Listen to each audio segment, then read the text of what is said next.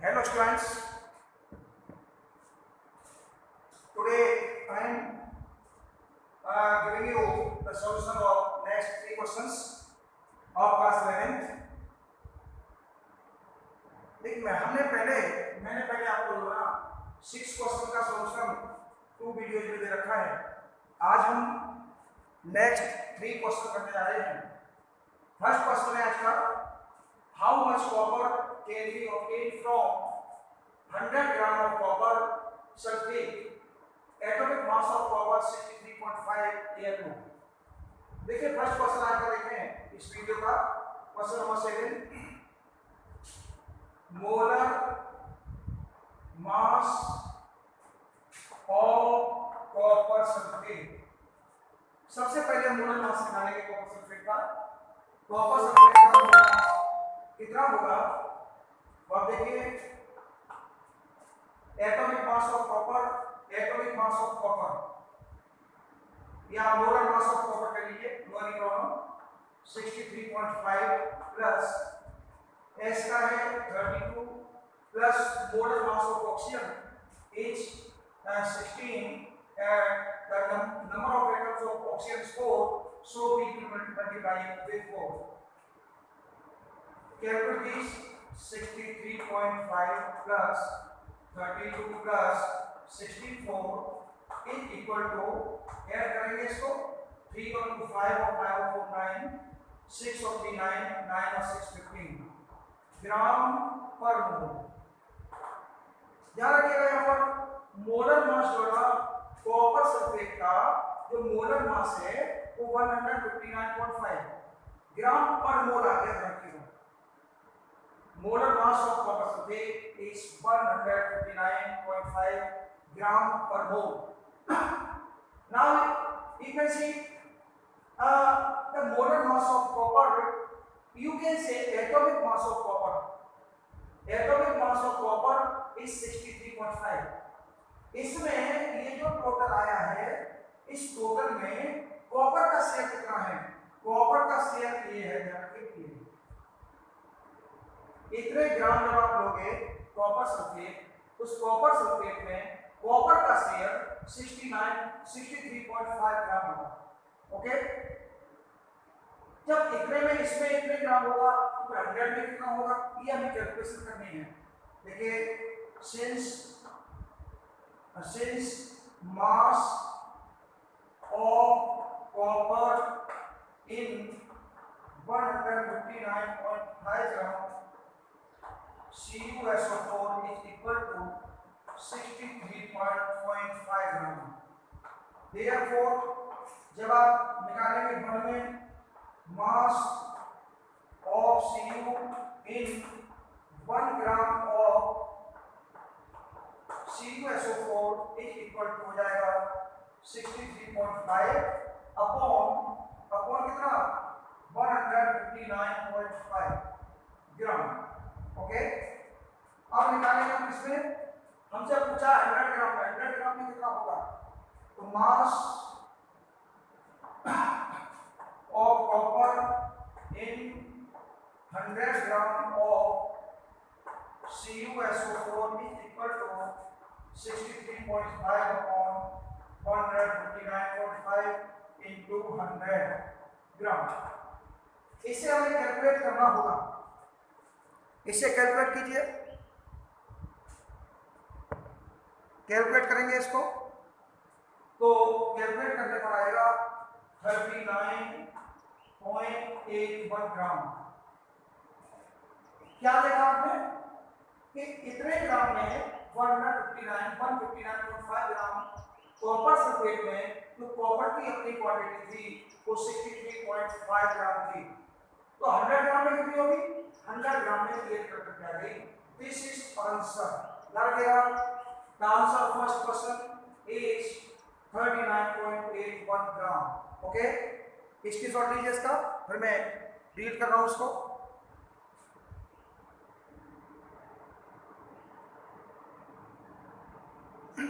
Okay,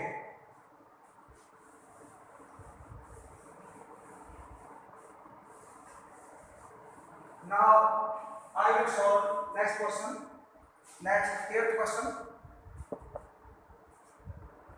determine the molecular formula of an oxide of iron in which the mass percent of iron and the oxygen are these.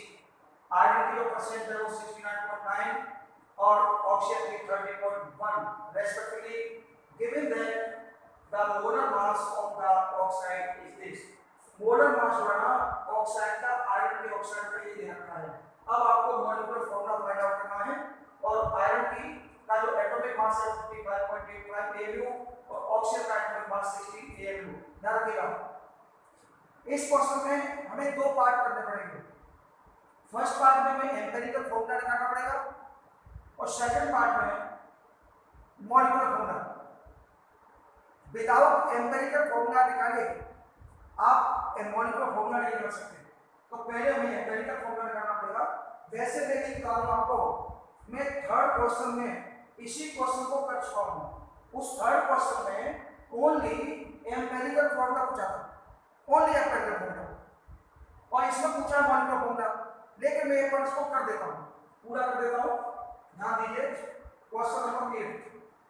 तो सबसे पहले हम empirical formula निकालेंगे. तो एक छोटी सी हेडिंग डाली हमने, कैलकुलेशन फॉर एम्पिरिकल फॉर्मूला.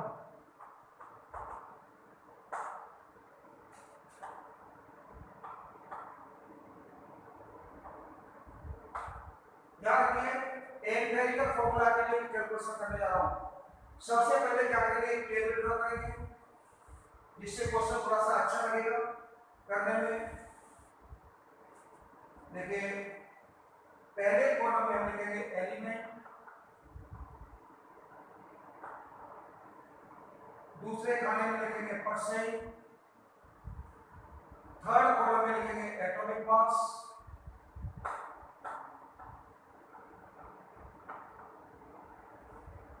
ये इतनी सारी चीजें आपको गिवन है. एलिमेंट कौन से दिए हैं? एलिमेंट एक आयरन है, एक ऑक्सीजन है. ध्यान रखिएगा, ये एलिमेंट है अपने पास आयरन ऑक्सीजन, और परसेंट दे रखी है इनकी. आयरन की है 69.9 और इसकी है 30.1. Only two atoms are present in this oxide because the percent of these are 69.9 and 30.1. The sum of the percentage will be 100 equal to it. इन दोनों का जो सम है ना वो 100 है. इसका मतलब है इस ऑक्साइड में ओनली आयरन और ऑक्सीजन ही हैं, इसके अलावा कोई और नहीं है. ओके, एटॉमिक मास संख्या नोट कर लेते हैं 55.85 और इसका लिख देते हैं 16. ध्यान रखिएगा.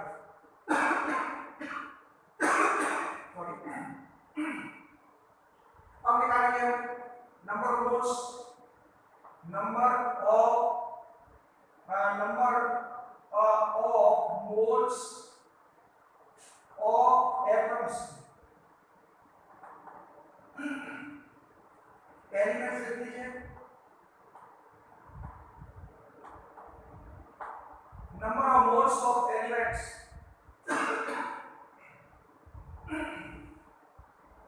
Number of moles of elements कैसे निकलेंगे? 69.9 अपॉन 55.85 और 30.1 अपॉन 16. इनकी कैलकुलेशन करनी है आपको. ये आएगा 1.25, ये आएगा 1.88.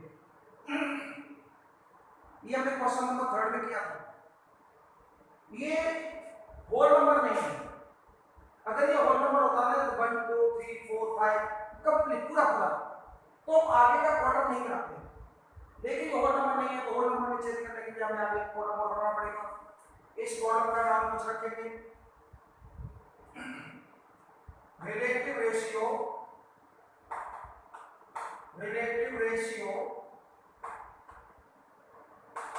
Of elements.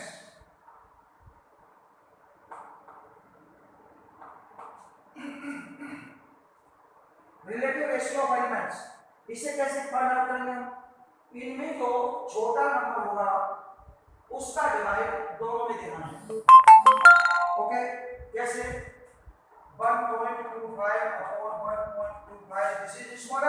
this is bigger. So we will divide the numbers by with 1.25 is equal to 1 or 1.88 upon 1.25 is equal to 1.5. What are we seeing? हम क्या देख रहे हैं? These are not whole number. हमने होल नंबर बनाने की कोशिश की लेकिन ये होल नंबर यहाँ भी नहीं बने। अब हम एक कॉलम और बनाएंगे, एक कॉलम और बनाएंगे, इसका नाम रखेंगे कॉलम का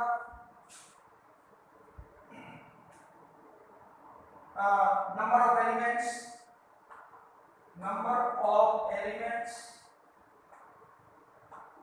इन होल नंबर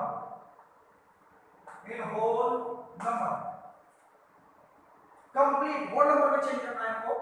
इसे होल नंबर में चेंज करना है तो हम क्या करेंगे, इसमें 2 का मल्टीप्लाई करेंगे, 2 का मल्टीप्लाई तो 3 हो जाएगा ये, और 2 का मल्टीप्लाई में इसमें भी करना पड़ेगा। ध्यान रखिएगा 2 और 1.5 मल्टीप्लाई 2 इज इक्वल टू 3। तो एपी के कितने एलिमेंट आ गए? एटम्स आ गए 2, ओ के आ गए 3, so that ratio will be AP and O का जो रेशियो होगा वो 2:3। So the empirical formula therefore empirical formula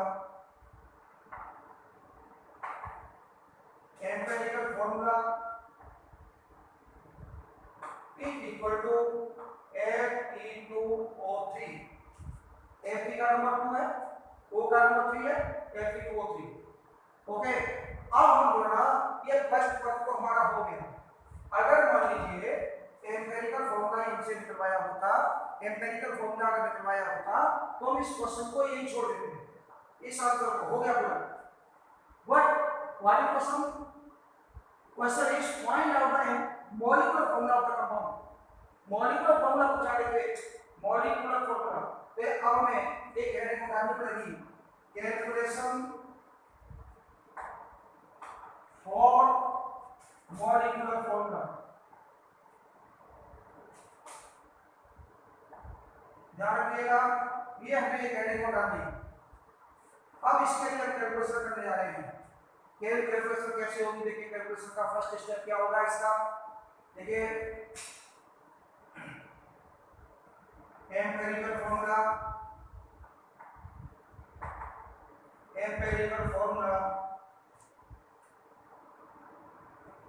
mass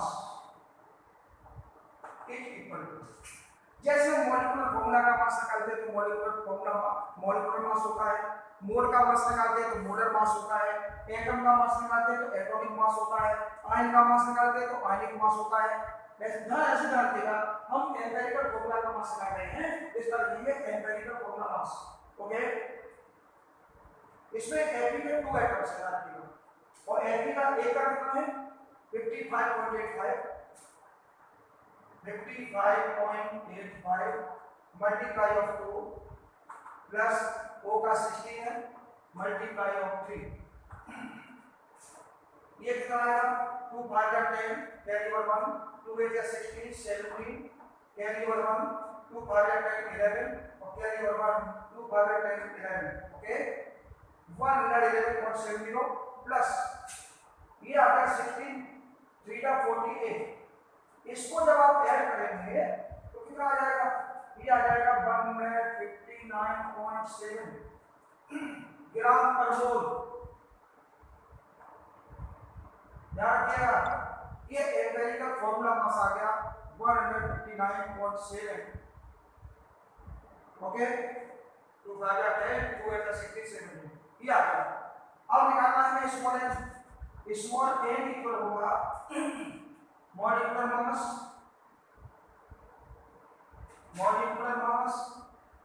upon empirical formula mass.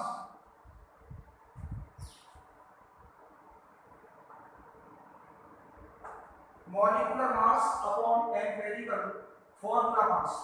Molecular mass कितना देखिए मेरे सवाल में क्वेश्चन देखिए, मॉलिक्यूलर मास है 159.8। तो देखिए 159.8 अपॉन 159.7 ये एम्पिरिकल फॉर्मूला मास है। इसका उदाहरण इसमें दिया 159.8 में, इसकी वैल्यू आएगी 1। दिस इज नॉट इशू 159.8 159.7, ये बहुत बिगर क्वांटिटी है। 159 है, उसकी कंपैरिजन में 0.1 का वेरिएशन है, तो कोई ऐसा इशू नहीं है। इसकी वैल्यू आएगी 1, ध्यान रखिएगा। अब निकालेंगे हम मॉलिक्यूलर मास। मॉलिक्यूलर फॉर्मूला जो हमें क्वेश्चन दिया हुआ था, जो हमें फाइंड आउट करना था, वो वहां पे हम लोग आ गए। कैसे निकालेंगे? एम्पिरिकल फॉर्मूला में आप स्मॉल एन जो वैल्यू निकालिए उसका कर देंगे मल्टीप्लाई। तो Fe2O3 मल्टीप्लाई ऑफ 1, यानी यही फॉर्मूला आएगा Fe2O3। इसका जो है ना एम्पिरिकल फॉर्मूला और मॉलिक्यूलर फॉर्मूला दोनों सेम है, क्योंकि स्मॉल एन की वैल्यू आपको पता है। अगर मान लीजिए किसी क्वेश्चन में आगे चल के आपको सपोज एन की वैल्यू आपको 2 मिल जाती है, मान लीजिए 2 जब मिल जाती है तो आप यहाँ पर 2 रख लेंगे। मैं इसको और क्लियर कर दूं, याद रखिए इसको। मैं अगर मान लीजिए Fe2O3 सपोज n की वैल्यू आपको 2 मिलती है, क्यों? जब 2 मिलती है तो क्या होगा इस क्वेश्चन में? आंसर में क्या होगा? इस 2 का मल्टीप्लाई करना होगा हमें, तो कितना आएगा? Fe2 2 या 4 और 2 3 या 6 O6। ध्यान रखिए इस क्वेश्चन में नहीं है, यहाँ आपको नहीं करना है, यहाँ इसको नहीं करना है, लेकिन मैं आपको बता दिया है। आगे अगर किसी क्वेश्चन में n की वैल्यू पर 2 निकलती है तो आपको 2 का इससे मल्टीप्लाई करना होगा, या 4 आ जाएगा या 6 आ जाएगा। अगर मान लीजिए 3 निकलता है तो आपको 3 का मल्टीप्लाई करना होगा, 3 2 या 6 3 3 या 9। ओके, तो इस तरह से आपको ये मॉलिक्यूलर फॉर्मूला फाइंड आउट होगा। Fe2O3 it's name is ferric oxide. Okay, इसकी शॉर्ट ले लें इसका।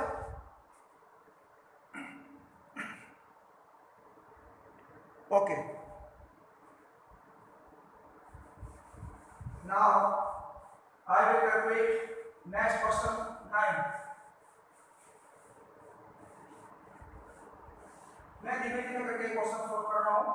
अगर आपको if you have any problem in the solution related with the exercise, then you can discuss with me on with the comment. Okay, see the next question 9. What is 9 question? Calculate the atomic mass average, यानी average atomic mass find out करना है of chlorine using the following data. Isotopes of chlorine लिखे हुए हैं, chlorine Cl35 Cl37। These are natural evidence, percent में दे रखी है 75.77। इसकी क्लोरीन 35% ये है और क्लोरीन 37% ये है 24.23। These are molar mass of these chlorines of these isotopes. Chlorine 35 की 34.9689 और क्लोरीन 37 का है 36.9659। ओके, अब हमें इसका average atomic mass find out करना है। देखिएगा, तो आई एम सॉल्विंग। देखिए, I am going to start. Average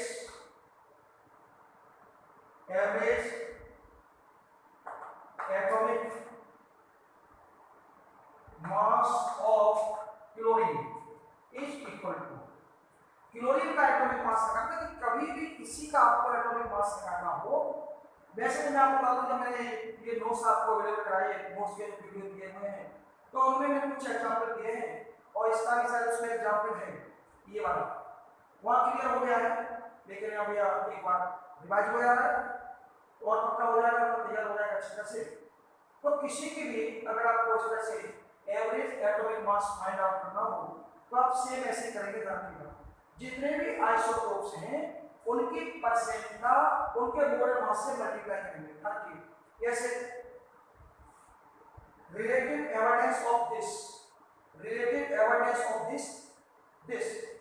multiply this, ध्यान रखिएगा 75.77 77 मल्टीप्लाई 34.9689 प्लस, अब दूसरा आंसर ले लेते हैं क्लोरीन 37 वाला 24.23 और मल्टीप्लाई 36.9659। याद रखिएगा ये सारे के सारे हमें मल्टीप्लाई करके ऐड कर लिए हैं। अगर कोई थर्ड होता उसको भी ले लेते, फोर्थ होता तो उसको भी ले लेते, ऐसे ही याद रखिएगा। अब नीचे इन सबकी परसेंट ऐड करनी है आपको। इसकी परसेंट कितनी है 75.77 और दूसरे वाले की परसेंट है 24.23। ओके, ये आपको कैलकुलेट करना है, इन दोनों को मल्टीप्लाई करना है, फिर इन दोनों को मल्टीप्लाई करना है और मल्टीप्लाई करके आपको लिखना है। इसको मैं ऐड कर देता हूं, ये ऐड करके पूरा 100 आएगा। और ये सब में जितने भी आप न्यूमेरिकल सॉल्व करोगे इस प्रकार के, उसमें नीचे सबकी परसेंट का टोटल 100 ही आना है। तो सारे आपने ऐसा तो कर लिए, एवरेज एटॉमिक मास ले रहे हो, सबकी परसेंट नीचे ऐड कर रहे हो। जब नीचे सबकी परसेंट आप ऐड करेंगे टोटल की तो 100 आएगा। अगर ये 100 नहीं आ रहा तो आप समझ लीजिए या तो आप गलत है कैलकुलेशन करने में, या फिर क्वेश्चन ही गलत है, या तो क्वेश्चन रॉन्ग है, या आप होंगे कोई तो एक रॉन्ग होगा। यहाँ 100 ही आना है आपके। अब इन दोनों का मल्टीप्लाई करेंगे और मल्टीप्लाई करके हम लोग ऐड करेंगे। करिए मल्टीप्लाई, ऐड करते हैं।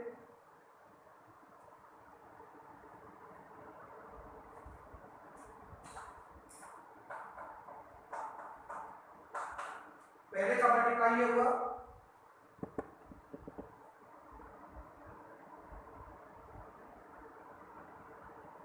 दूसरे का